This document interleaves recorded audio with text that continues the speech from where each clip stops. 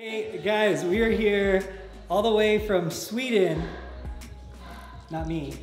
No, you, me. all the way from Sweden. Mrs. Amanda Larson, which is super exciting that she's here. She'll probably be visiting us a couple times a year here in Denver. And today we are gonna show you the 3 wrong exercises or wrong things that you're doing for glutes that you might think are the right things for glutes. And she's got a bunch of cool stuff that she's gonna show you. So anything else you wanna tell them? Yes, well, who hasn't done the 30-day squat challenge? I haven't done it. Oh, you haven't? I haven't done it. Maybe we should do it. Is that why I don't got a butt?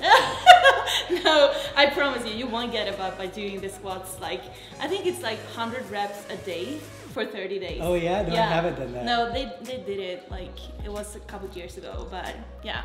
For you girls who who did it, like, did it work, really? I don't know. Okay, figure it out. Let's figure out. This is, let's go to work. Yeah. All right guys, tip number 1 is something that is most commonly overlooked, which is how you're set up to do exercises to build the booty. So a lot of people don't think about this. Let's go ahead and think about this scientifically and anatomically, and let's go ahead and look at Amanda. And now one of the things that people don't understand is in our daily life, you sit in a chair like more times than not, especially now. So if I'm gonna mimic that, I'm sitting like this all the time, like even when I'm sitting in a car or just sitting at home or whatever. And especially competitors, like bikini competitors, are taught to arch their back. So when you do that, this muscle here, it's called the psoas, it's tightened quite a bit. So the example would be like if I were flexing my bicep all day long, my bicep would be tighter than my tricep, because when I'm like this, my tricep is stretched. So the same thing applies to your psoas and your glutes. Because they're opposing muscle groups, whenever I'm like this, my glutes are stretched, which over time will create inactivity. So what we're gonna do is we're gonna stretch her psoas to line her up better so she can contract optimally. Okay, so if you have tight psoas and you're trying to do exercises like glute exercises, well, think of it as the bicep tricep example, right? So let's say you're this tight when you start exercise, but then when you're contracting your glutes, so this is your glutes in the example and this is your psoas in the example. So let's say in your exercise you're only getting to this range of motion of contraction, well then you wouldn't be contracting your glutes all the way like if you were like this. And that happens with a lot of people and they don't think they're doing it, but they'll only go to about here because the psoas is too tight. So once we relax that muscle and stretch it out, then you can get full contractions on the glutes. So first part is make sure you're set up to do proper glute training. So let's go ahead and show you the exercises, the stretches to do it. This is called the psoas stretch. Now remember what we're talking about, we call this thing lower cross syndrome. So what happens is, put this arm up, most bikini competitors, their glutes are arched, their lower back is too arched. So what happens here? This muscle is tight, this muscle is tight, this muscle is stretched, this muscle is stretched, okay? So it's a cross, cross. So loose, loose, tight, tight. So now what we need to do is get this stretched, stretched, strengthened, strengthened. And that's the only way we're gonna contract optimally. So first thing we do is we stretch out the psoas. We go into a psoas stretch, right foot back. Now here's the important part on the footwork on this. Your body is always gonna try to take the path of least resistance. So you're going to put this foot straight like that. A lot of times you're gonna do this, people will go like this and turn their foot like this because it's easier to do. So we're gonna turn the foot this way. And then she's going to shove her hips forward. When she does this, she'll shove her hips forward, grab her right hand, yep, just like that. Grab her right hand in the air and then lean back, kind of like this. There we go. And she should feel that all through here. So there's 2 ways of doing this. This is really one good way. Now when you're here, you can also squeeze the glute, and that'll help stretch it even more, okay? You can also do this with one knee on the floor, kind of like this. The same exact thing. Some people feel like they can get a better stretch when they twist into it like that and just shove back. So you can do it leaning forward, you can do it leaning kind of the side. The goal is you should feel some pretty decent discomfort there to stretch that out. Then we have to stretch the lower back. So we're gonna go into a runner stretch for the lower back. So go ahead and if you wanna go down to the floor. All right, so now we're gonna go into the runner stretch. And basically what the runner stretch is she's going to, you go ahead and go for it.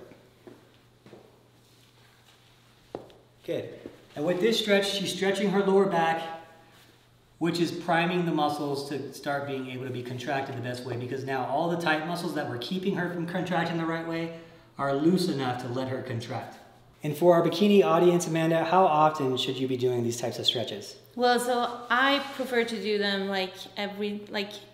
before every glute workout that I do, and I try to do like 2 sets on each side for like 30 seconds to 1 minute. So now that we stretch, time for hip thrusts.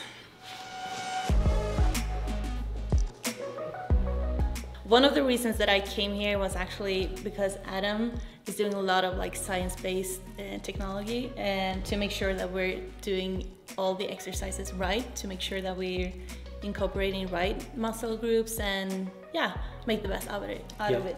Yeah, so some of the point of us being here and her coming all the way down here is to just basically optimize the workout. So we're using these sensors here. If you see it glowing, we're actually gonna put that on her glutes so you guys can see what happens the way that she contracts, and also so she can learn how to contract optimally for herself. So we're gonna show you some do's and don'ts in doing the hip thrusts, and you're actually gonna be able to visually see how she's contracting, which is really cool. So I'll put this on her right upper glute, and then right upper glute, and then we'll put one on her lower glute. Okay, so one of them is on her tie-in now, which is what every girl wants, is that lower glute tie-in when they're doing bikini competitions, and one is on the upper glute, which is what the girls want, this upper rounding part of it. So now we can see how she's contracting with the hip thrust using science to tell us what she needs to change and what we're doing right and what we're doing wrong. So go ahead and go into it. Okej, kan du ge mig stången, Adam? Ja, det kan jag. Kan du hänga på 12 kilo här, Adam? Jag löser det. So one of the most common things that I see in the gyms when people are doing hip thrusts is that they are arching rather than tucking in the hips that Adam showed us in the stretching, for example. So you gotta think the same thing here, to have your hips tucked in rather than arching your back. So I'm gonna show you. Okay, so this way is the incorrect way, where she's arching her back too much. You can see her contractions. They're okay when she's doing this. There's not much going on, especially at the bottom range. Not too much. And now let's go ahead and correct it. Now the back is not arched. The back is kind of swayed, so it's kind of tucked under. So she's getting optimal contractions. And look at how much more she's contracting, doing it the right way than the wrong way. Now she's also not touching the bar at the bottom, so she's not reaching a point of no tension. And that's why she's getting constant readings on this. And you can just see that lower glute, how much it's contracting. That's the one that every girl wants. Upper glute too. So are there any tips that you want to give maybe someone who does hip thrusts that you do that have really worked for you? Yeah, so one thing to help you prevent not to arch is basically to tuck your chin in and have your eyes forward, rather than have your eyes up in the roof, as you saw in the previous clip. Yeah, that's it basically. And also, like, really think of the muscles that you're working with to really get the greatest contact you can. Now we're gonna go into squats and why you should or shouldn't do them. Now, squats are a great exercise. I'm not gonna knock squats, but squats are not a booty exercise, okay? And I'll say it again, squats are not a booty squat. Booty squat? What's that? A booty squat? I don't know. That's why squats. New thing. So booty squats. Next video, subscribe and like. So, all right. So squats are not like designed for glutes. Okay, squats are great for the quads, and pretty much that's what they're great for. Honestly, is a lot of quads. You will use a little bit of the glutes, but only at partial ranges. So we're going to explain to you why you should or shouldn't do squats.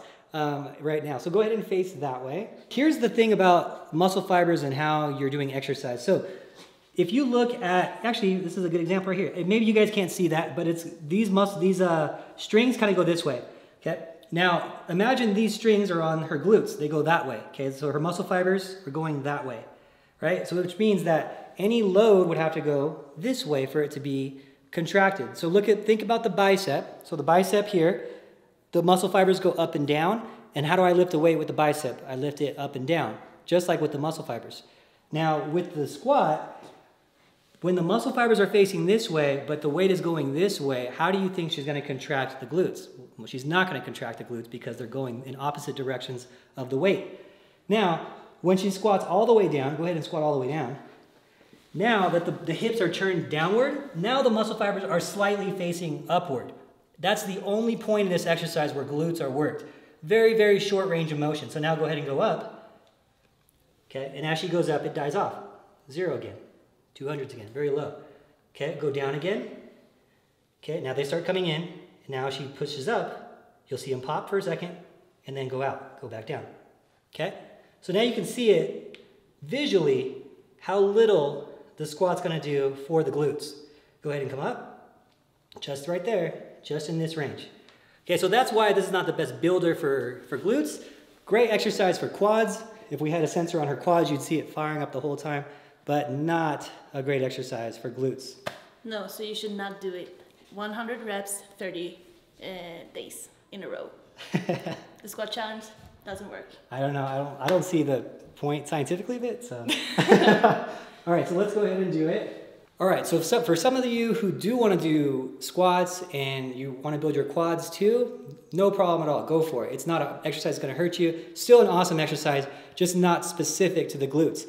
But there is ways to get maybe more glutes to contract throughout the exercise. Do you have any tips for the viewers? Yeah, definitely. So I try to push through the, how do you say, hälen?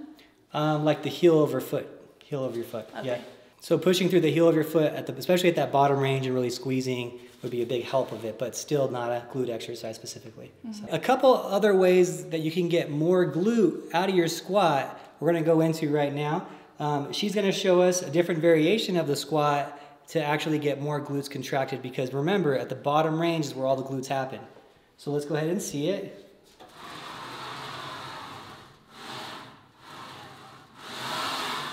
Okay, and then what do you have for the viewers on this one? Well, so it's basically coming down to 90 degrees and do, how do you say, like, impulse? Oh, yeah, pulse. It's the same thing. Yeah. Pulse is the same word, that's so, funny. do a pulse, basically. So come down, 90 degrees, pulse, push through the heels. And let's do one more so they can see here on the pulse. So see it come up just the bottom range, pulses, glutes, and then she comes up. And then as she goes up, it dies off again. You see, it's very important you guys see that it dies off at that top range. Pulse, glute, glute, and then it dies off at the top range. Okay, so that's why it's not the best glute exercise. Now we're gonna go into another exercise that a lot of people are doing for the booty, which is utfall, which is in Swedish, a lunge. So let's go ahead and see it. The same things apply to a lunge that apply to a squat. Only at the bottom range you're going to say big contractions. It's mainly a quad exercise. Definitely not like a hamstring exercise like some people think it is. So let's go ahead and go for it.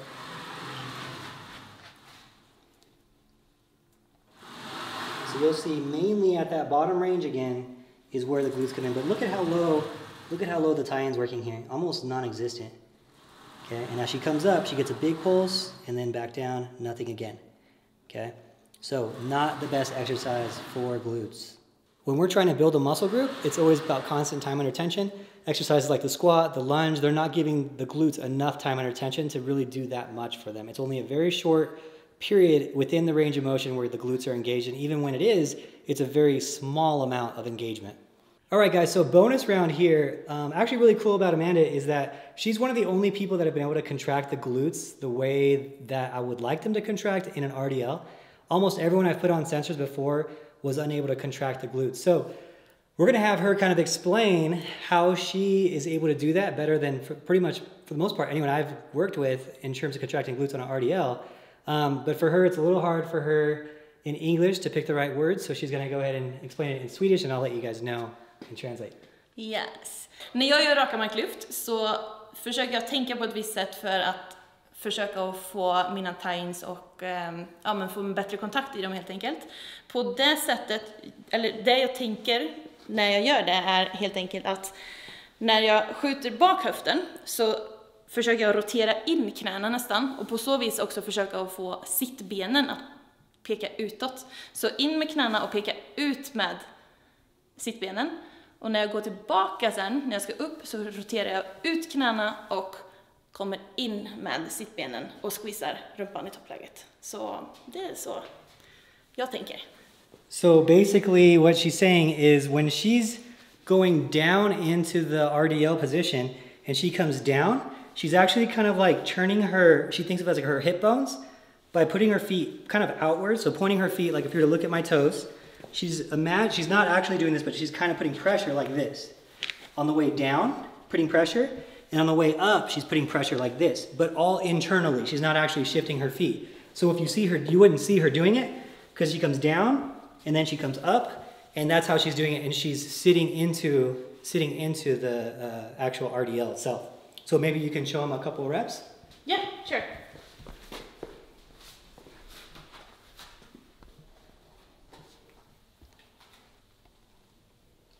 And you can see she's contracting really well in that upper glute here. The lower glute as well, the tie-in, that's a lot more than almost everyone has been able to get out of contractions. And that's just all because of the mind-muscle connection and how she's squeezing. So that has so much to do with it, more so than load, way more than load does. So do you have any other tips that you maybe want to give the viewers when they're doing an RDL since you're able to contract so well? Försök bara se nu om han förstår svenska överhuvudtaget eller inte. Alltså. So what she's saying is that when she does this, she actually is shoving her heels in too and then pushing at the end range, like squeezing her glutes all the way forward. No, that's not what you're saying? I don't speak Swedish at all. What? Thanks for watching, guys. I hope that you learned a couple tricks and tips of what you should and what you shouldn't do. If you have anything that you want to add or want to see in the next video, leave it in the comments below. Like and subscribe, follow her channel. She's starting to do her channel in English now, which is really cool. Yes, and he's in Swedish now, so. 100%. Thanks for watching, guys. See you later. Bye.